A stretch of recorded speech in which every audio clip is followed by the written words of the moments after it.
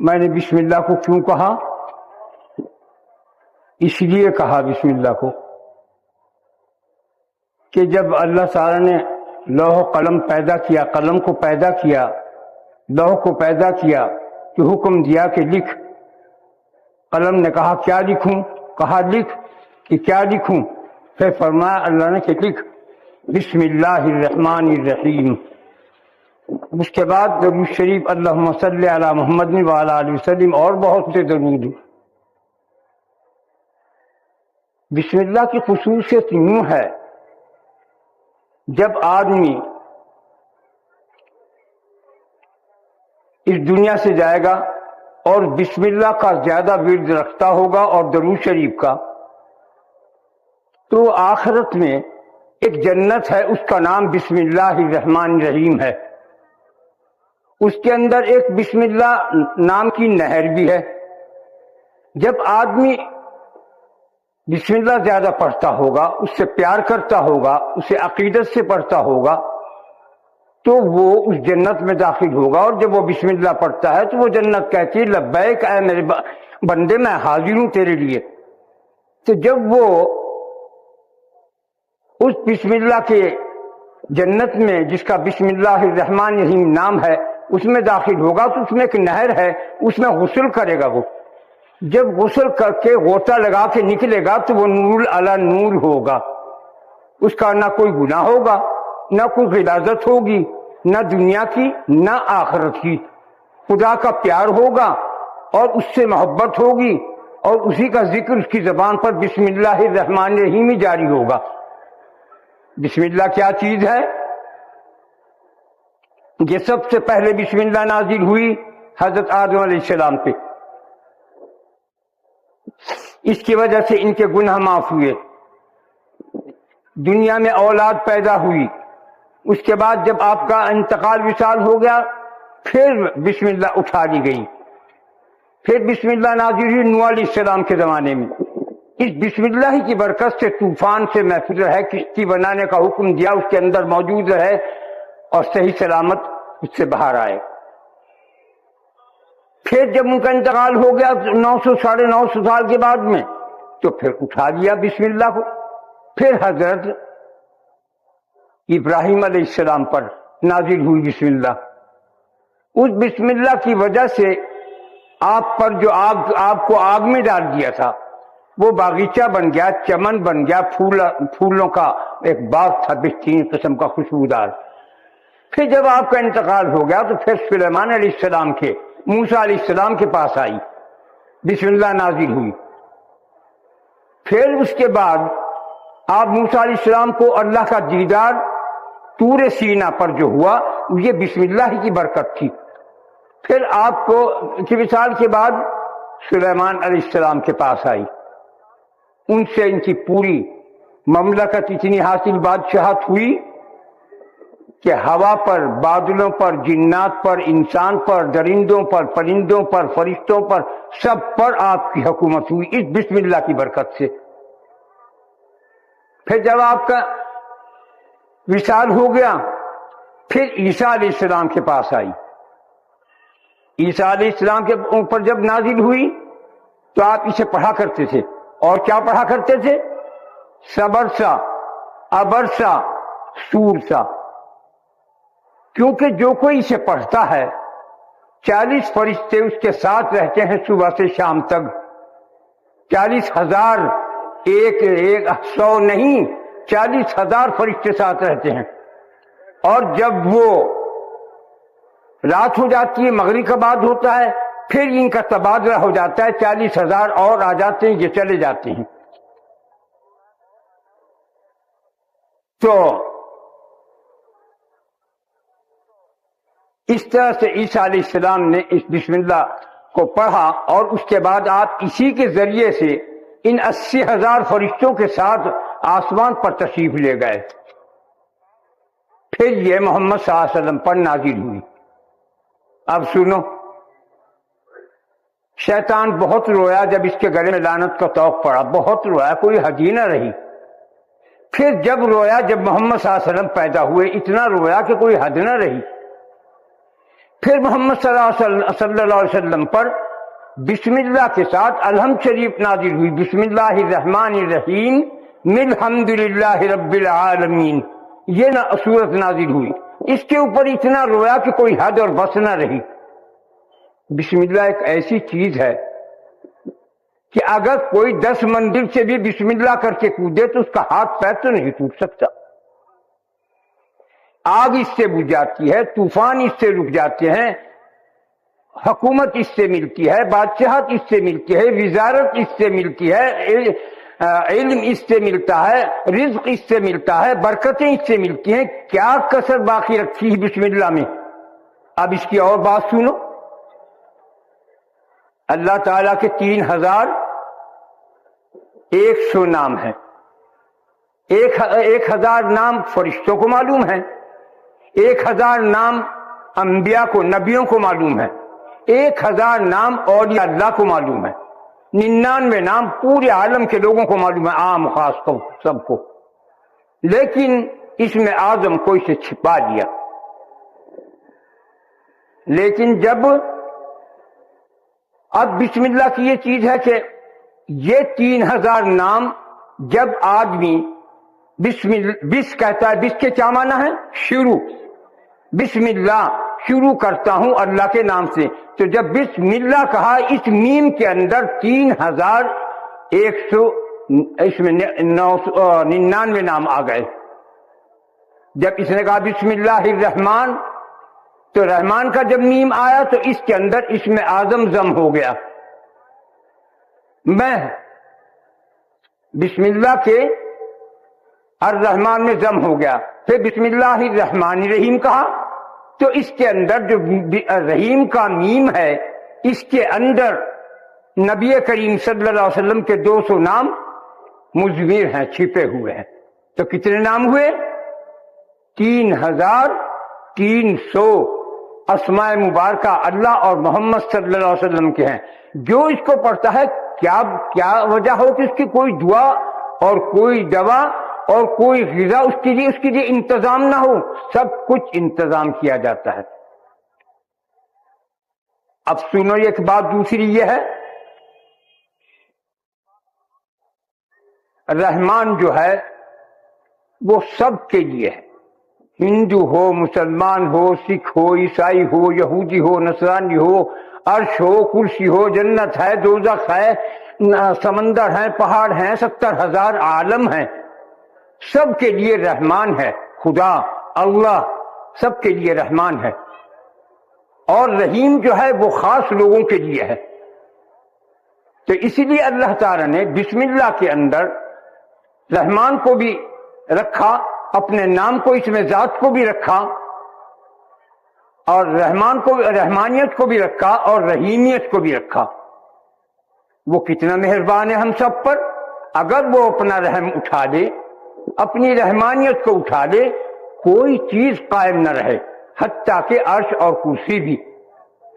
تو رحمان کتنی بڑی چیز ہوئی ہے، ہر ایک کے لیے ہے، وہ سب پر رحمان ہے اور خاص لوگوں پر رحیم ہے۔ دوسری چیز یہ ہے کہ بسم اللہ کے پڑھنے سے جب تم نے کہا ایک قرآن ختم، بسم اللہ الرحمن الرحیم 2 قرآن ختم، بسم اللہ الرحمن الرحیم الحمد للہ رب العالمین والضالین تک پڑھنے میں 3 قرآن ختم کا ثواب ہے۔ اسی لیے حکم کیا ہے؟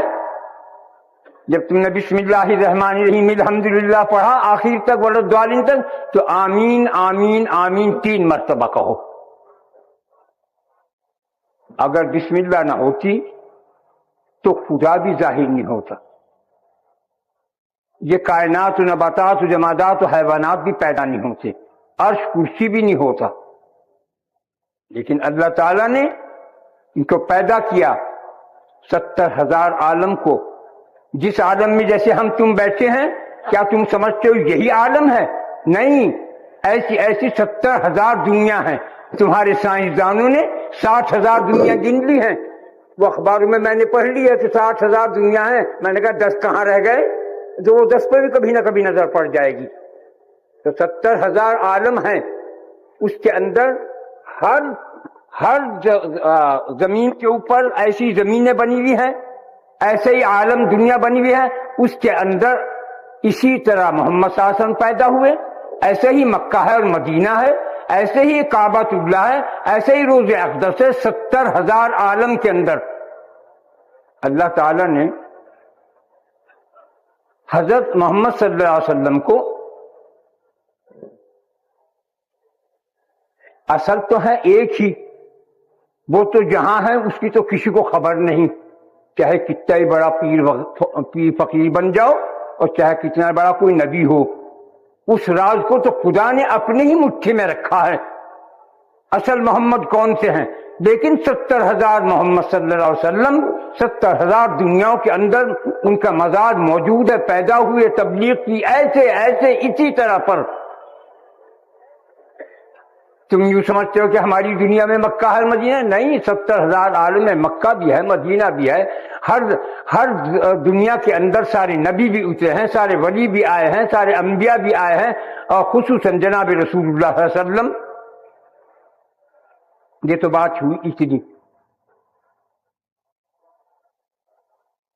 اب میں شروع کرتا ہوں اس رب کے نام سے جو بہت کمالدار ہے، جو مجموعوں کی کوئی انتہا نہیں، اس کی جماعت کی کہنا چاہیے، اس کی خصلتوں کی، اس کی خوبیوں کی کون تعریف کر سکتا ہے؟ وہ اپنی تعریف آپ ہی کر سکتا ہے۔ اس نے اپنی تعریف آپ ہی کی، اے محمد صلی اللہ علیہ وسلم، میں نے اپنے خلق پر تم کو پیدا کیا ہے۔ میرا خلق کیا ہے؟ قرآن مجید۔ تو یہ اللہ کے اخلاق ہیں، یعنی عادت اور خصلت ہے۔ غصے والا بھی ہے، رحمان بھی ہے، کریم بھی ہے، ستار بھی ہے، غفار بھی ہے، جبار بھی ہے، قہار بھی ہے۔ تو یہ ساری چیزیں ہیں۔ تو اللہ تعالی نے اسی طرح جس طرح تم 1 پیسہ اور 100 پیسے اور 1000 پیسے اور لاکھوں کروڑوں اور چیک، یہ ایک طرح کا چیک بیان کر رہا ہوں میں۔ کیا ہے وہ؟ احمی حمیسہ اقمی تمیسہ، یہ سریانی زبان کا ہے۔ اس زبان کو حضرت سلیمان علیہ السلام پڑھا کرتے تھے، اسی وجہ سے ان کو بادشاہت مملکت دنیا کی ان کو ملی ہے۔ احمی حمیسہ اقمی تمیسہ وکان اللہ قوی عزیز۔ احمی حمیسہ کے کیا معنی ہے؟ مطلب ہوا احمی حمیسہ دنیا، 70,000 عالم، جنت، دوزخ، عرش اور کرسی اور نباتات اور جمادات اور حیوانات اور سمندر اور دریا، سب کچھ اس کے اندر موجود ہے۔ خدا نے جو ماں سوا پیدا کیا اپنے سے الگ جو چیزیں پیدا کی ہیں دنیاوی لحاظ سے، وہ ساری چیزیں احمی حمیسہ کے اندر موجود ہیں۔ اقمی تمیسہ کے اندر اپنی خدائی، اپنا کنز، اپنی خدائی کو، اپنے حبیب محمد صلی اللہ علیہ وسلم کو، اپنے انوار کو، اپنی تجلیات کو، اپنی خیر و برکات کو مضمر کیا ہے۔ یہ ایسا ہی ہے جیسے شارٹ ہینڈ ہوتا ہے، ایک لفظ میں 10 معنی نکلے، 10 بات بنی۔ تو اقمی تمیسہ سے کل کائنات پیدا کی۔ اللہ نے فرمایا جب میں کنز تھا، خزانہ تھا، میرا باہر آنے کو جی چاہا تو میں باہر آیا، خزانے سے باہر، کنز سے باہر، اور میں نے سب سے پہلے اپنے حبیب محمد صلی اللہ علیہ وسلم کا نور اپنے سے الگ کیا، پیدا کیا۔ چاہے پیدا کرنا کہہ لو، چاہے الگ کرنا کہہ لو، حقیقت میں الگ بھی نہیں، دور بھی نہیں، پاس بھی نہیں، دونوں ہی چیزیں ہیں اور سبھی کچھ ہے۔ بن محمد کی کون سی چیز ایسی ہے جس میں محمد کا نور نہیں؟ کل کائنات میں، جنت دوزخ میں۔ تو خیر، جب اللہ تعالی نے اپنے محمد صلی اللہ علیہ وسلم کے نور کو پیدا فرمایا اور پیدا کر کے اس کو اپنے ناموں کے اندر 1000 سال غرق رکھا، شاید یہ لوگ نہ جانتے ہوں، جیسے اللہ ہے، اب وہ رحمان ہے، 1000 سال تک رحمان کے اندر غوطہ زن رہا نام محمد کا نور محمد. پھر 1000 سال کے بعد رحیم کے اندر 1000 سال رہا، پھر ستار کے اندر 1000، پھر غفار کے اندر، پھر قدیر کے اندر، پھر حفیظ کے اندر. گویا 3100 نام کے اندر اللہ تعالیٰ نے 99 نام کے اندر اللہ نے 1000 سال تک غوطہ زن رکھا. جب یہ 3900 نام پورے ہو گئے، پھر اپنے نام اس میں ذات کے اندر جتنے 3099 ناموں کے اندر رکھا، اس کے دگنے سال اپنے نام کے اندر غرق رکھا. اس کے بعد کیا کیا؟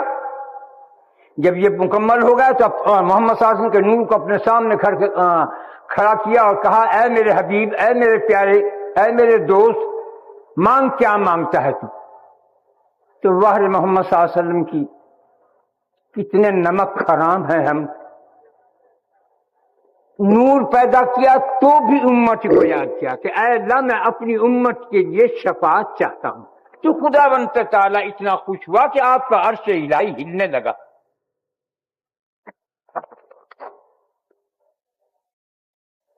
عرش الہی ہلنے لگا اور کہا اے میرے پیارے، اے میرے حبیب، اے میری جان، اے میری روح، کیا ہی بہترین چیز تو نے مانگی، کیا ہی پیاری چیز تو نے مانگی.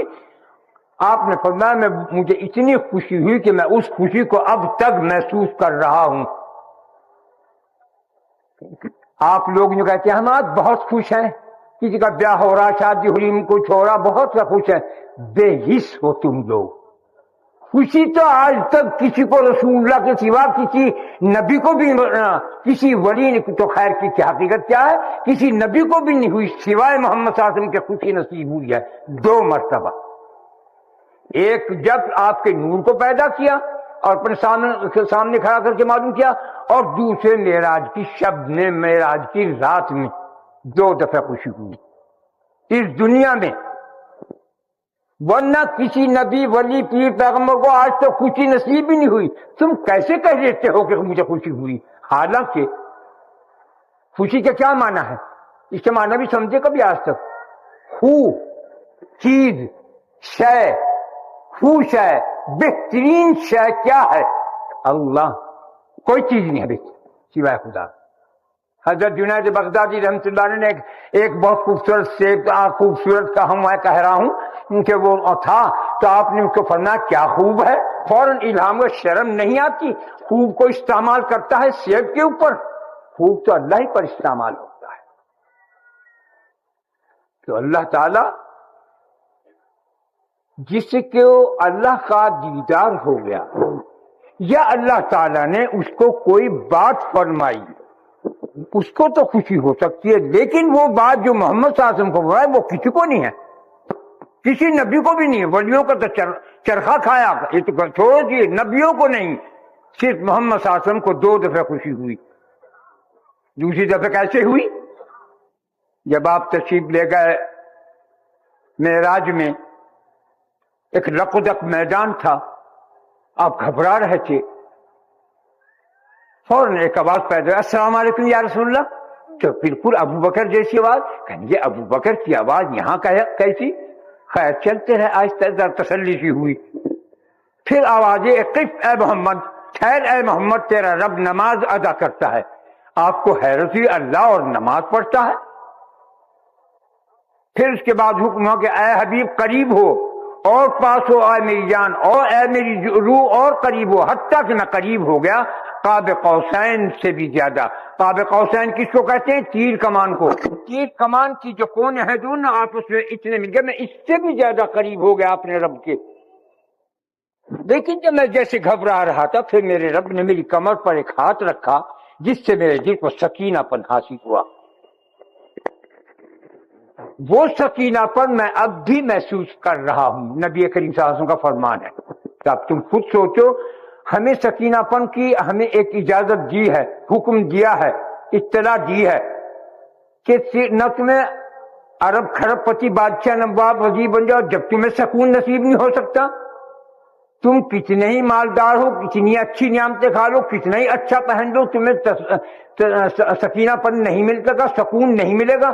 اگر سکون تمہیں ملے گا میرے ذکر میں، میری یاد میں، میری بات میں، میرے گمان میں، میرے خیال میں، میرے ایمان میں، میرے ایقان میں، میرے عرفان میں، ورنہ نہیں۔ لوگوں نے کیسے سمجھ لیا، کتنے بےحق ہیں کہ گھٹیا چیزوں کو کہتے ہیں میں بہت خوش ہوں۔ مجھے بڑی ہنسی آیا کرتی ان بے وقوف سے، پوچھو کیا خوشی؟ بیاہ ہو گیا ٹھیک ہے، بچہ ہو گیا ٹھیک ہے، پھولے نہیں سمائے، یہ بے وقوف کی کیا تھا۔ خوش ہے تو صرف اللہ ہے، اور سکینہ پن اللہ ہی دیتا ہے، اور سکینہ پن جب دیتا ہے، جب اس کا ذکر کرتا ہے تو وہ اپنے پیار کا، اپنی محبت سے، اپنی شفقت کا ایک دست قدرت اس کی کمر پر رکھتا ہے یا سینے پر اس کے ہاتھ رکھتا ہے تو اس کو سکون حاصل ہو جاتا ہے۔ خیر، تو آپ جب تشریف لے جا رہے تھے تو قریب ہو گئے اور بات ہوئی 90,000 بات ہوئی، ایک دو بات نہیں، 90,000 سکون ہوئے، 90,000 باتیں کی اللہ نے۔ اور پھر سوال کیا، اے حبیب تو گھبرا رہا تھا کہ ابو بکر کی آواز کہاں سے آئی؟ میں نے اس لیے کیا کہ تو گھبرا رہا تھا، لقدق میدان میں تنہا چل رہا تھا کہ کوئی فرشتہ بھی وہاں پر نہیں مار سکتا، تو لیکن تو چل رہا تھا، تو میں نے اس لیے کی کہ تو گھبرایا ہوا جیسا تجھے تسلی ہو، تیری وحشت دور ہو۔ اور جب میں نے تجھ سے یوں کہا کہ ٹھہر جا اے محمد، میں تیرا رب نماز ادا کرتا ہے، تو نماز جو ہے وہ میری رحمت ہے، تیرے آنے کے استقبال میں نے تیری امت پر رحم اور کرم اور فضل کا لباس پہن لیا ہے۔ ورنہ اور نبیوں کے ہاں تو یہ کہ پتھر بھر گیا، ذرا سا گناہ ہوا، آج جیسے گناہ ہو رہا ہے، زنا ہو رہا ہے، چوریاں ہو رہی ہے، قتل و غارت ہو رہا ہے، اگر یہ زمانہ نہ ہوتا کسی اور نبی کا اب تک کبھی تو غارت ہو چکے ہوتے۔ تو یہ تیری امت پر کہ نہ تیری امت پر کوئی پتھر برسیں گے، نہ تیری امت کی صورتیں مسخ ہوں گی، نہ تیری امت پر کوئی وبال آئے گا۔ دو چیزیں آئیں گی، ایک قحط، ایک وبا، طاعون، پلیگ، ہیضہ، وبا آئے گی اور یہ چیز ہوگی، اور ایک تفرقہ۔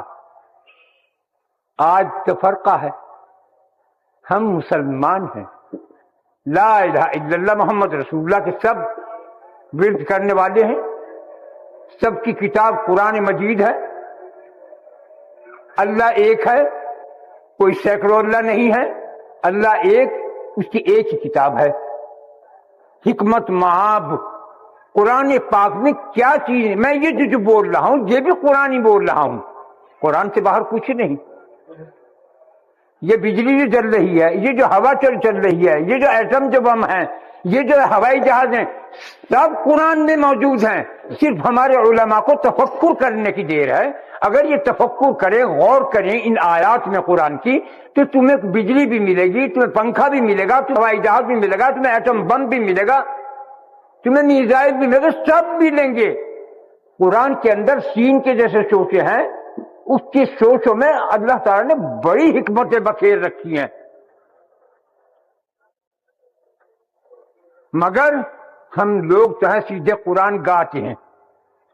قرآن کو گا کے پڑھنا پر بہت بڑا ثواب ہے۔ نعت پڑھ لی بس عاشق رسول بن گئے۔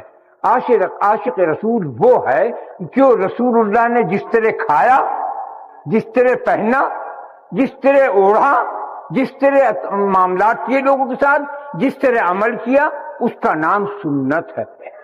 جو اس پر عمل کرتا ہے سنت پر، وہ عاشق رسول ہے، عاشق خدا ہے۔ شریعت پر عمل کرنا، قرآن پر عمل کرنا۔ شریعت جو ہے، قرآن جو ہے، یہ اللہ کے قانون کی کتاب ہے، حکمت معاب ہے، کوئی چیز ایسی نہیں جو اس کے اندر نہ ہو۔ اس لیے اس پر عمل کر کے جو طریقہ بتایا وہ محمد صلی اللہ علیہ وسلم نے، قرآن پر اس طرح عمل کیا جاتا ہے۔ جو اس طرح عمل کرتا ہے وہ قرآن حدیث ایک ہی چیز ہے۔ قرآن میں بھی لکھا نماز پڑھو، روزہ رکھو، حج کرو، زکات دو۔ کیسے کریں صاحب، کیسے پڑھیں نماز؟